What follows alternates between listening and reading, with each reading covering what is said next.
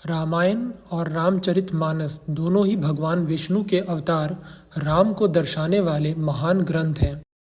लेकिन इन दोनों में कुछ महत्वपूर्ण अंतर भी है जो इन्हें एक दूसरे से अलग बनाते हैं। हम रामायण और रामचरितमानस के उन्हीं अंतर को जानेंगे। रामायण की रचना महर्षि वाल्मीकि ने त्रेता युग में संस्कृत में की थी। महर्षि वाल्मीकि रामायण के रचनाकार होने के साथ साथ राम के समकालीन भी थे, जबकि रामचरितमानस की रचना गोस्वामी तुलसीदास ने अवधि में कलयुग में की। रामायण दो शब्दों से मिलकर बना है, राम और आयन यानी कथा, अर्थात रामायण का अर्थ है राम की कथा, जबकि रामचरितमानस तीन शब्दों से मिलकर बना है, राम चरित्र अर्थात अच्छे कर्म और मानस अर्थात सागर। रामचरितमानस का अर्थ है राम के अच्छे कर्मों का सागर।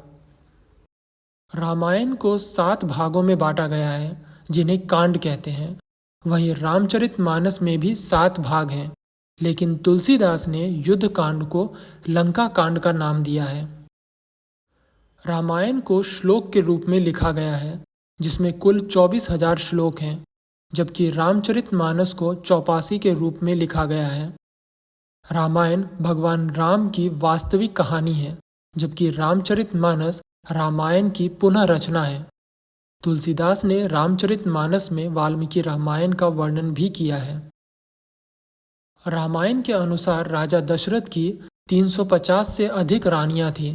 उनमें से कौशल्या, कैकई और सुमित्रा प्रमुख थीं, जबकि रामचरितमानस के अनुसार राजा दशरथ की केवल 3 ही रानियां थीं। रामायण के अनुसार भगवान हनुमान को एक मनुष्य के रूप में बताया गया है, जिनका जन्म वानर जाति में हुआ है। वानर 2 शब्दों से मिलकर बना है, वन और नर अर्थात मनुष्य। जिस जाति के मनुष्य वन में रहते हैं उन्हें रामायण में वानर कहा गया है, जबकि रामचरितमानस में हनुमान को बंदर बताया गया है और वानर को बंदरों की एक प्रजाति के रूप में कहा गया है।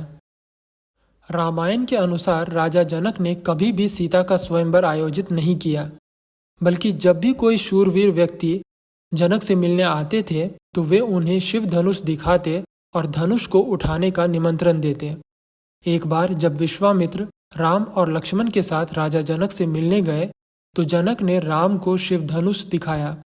राम ने वह धनुष उठा लिया और राजा जनक ने राम को सीता से विवाह करने का आग्रह किया।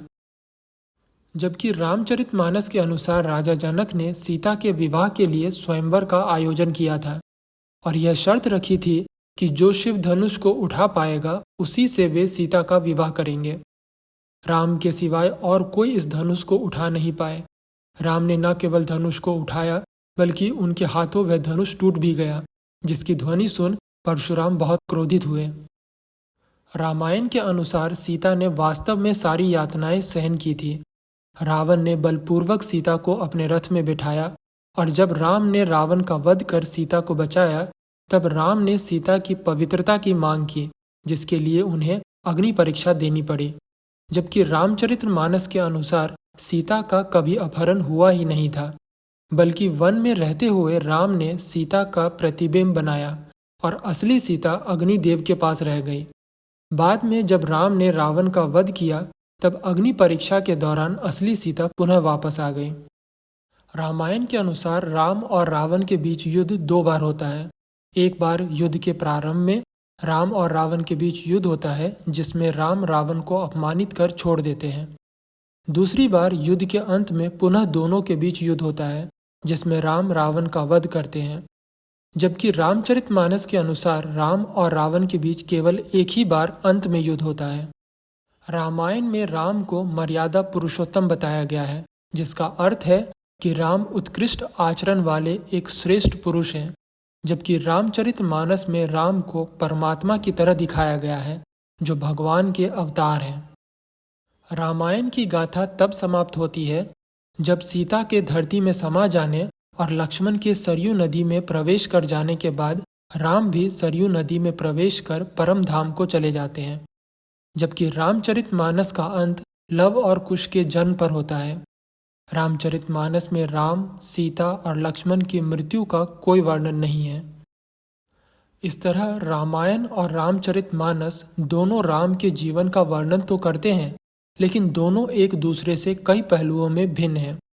रामायण और रामचरितमानस के अलावा भी राम के चरित्र का वर्णन करने वाले और भी संस्करण हैं, जैसे संघदशा, जो कि रामायण का जैन संस्करण है, जिसमें सीता को रावण की पुत्री बताया गया है।